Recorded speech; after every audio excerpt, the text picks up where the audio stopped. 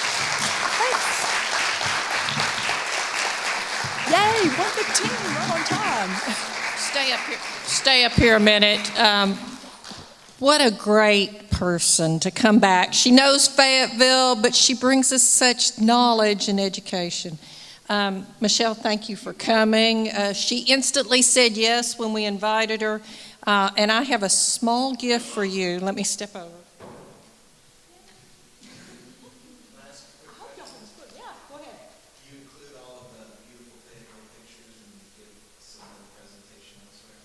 Yes, I do. I have a lot of, in fact, they kind of got sick of seeing them.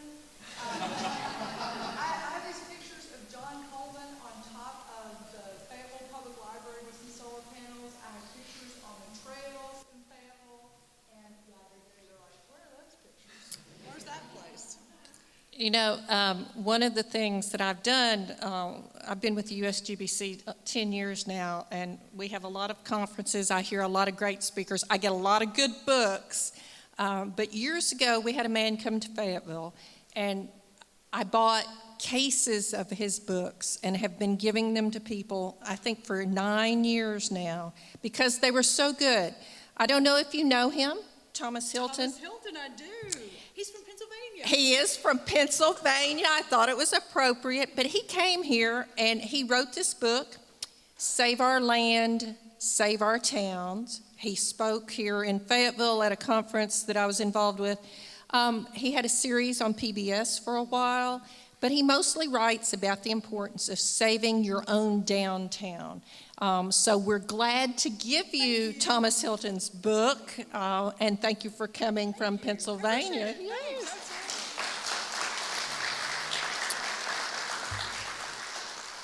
So we will start up again at 1:30, but as part of your learning experience today, I'm going to ask Lee and Meredith to step over to the Food Loops barrels. And they will assist you in putting everything that you have on your table into the appropriate bin. That's not to say you don't have time to go back and get one more cookie, a little bit more fruit salad. I'm going to leave it out for about 10 more minutes, and then I'm going to put it up, and we'll pass it along as need be. But please, if you are finished, let them help you in putting things in the appropriate bin so that we truly are a zero waste event. And again, we'll start in 10 minutes. Thank you.